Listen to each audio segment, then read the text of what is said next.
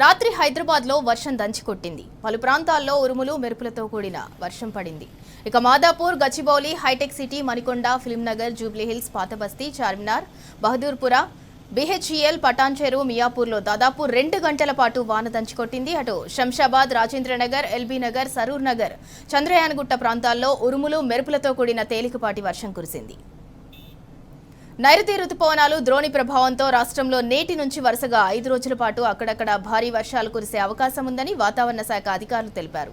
ఇవాళ నిజామాబాద్, జగిత్యాల, సిరిసిల్ల, పెద్దపల్లి, భూపాలపల్లి, మహబూబాబాద్, మహబూబ్ నగర్, నాగర్ కర్నూలు జిల్లాల్లో భారీ వర్షాలు కురిసే అవకాశం ఉంది. ఇక రేపు జగిత్యాల, సిరిసిల్ల, కామారెడ్డి, మెదక్, నల్గొండ, సూర్యాపేట జిల్లాల్లో భారీ వర్షాలు ఉండే అవకాశం ఉన్నట్లు వాతావరణ శాఖ అధికారులు తెలిపారు.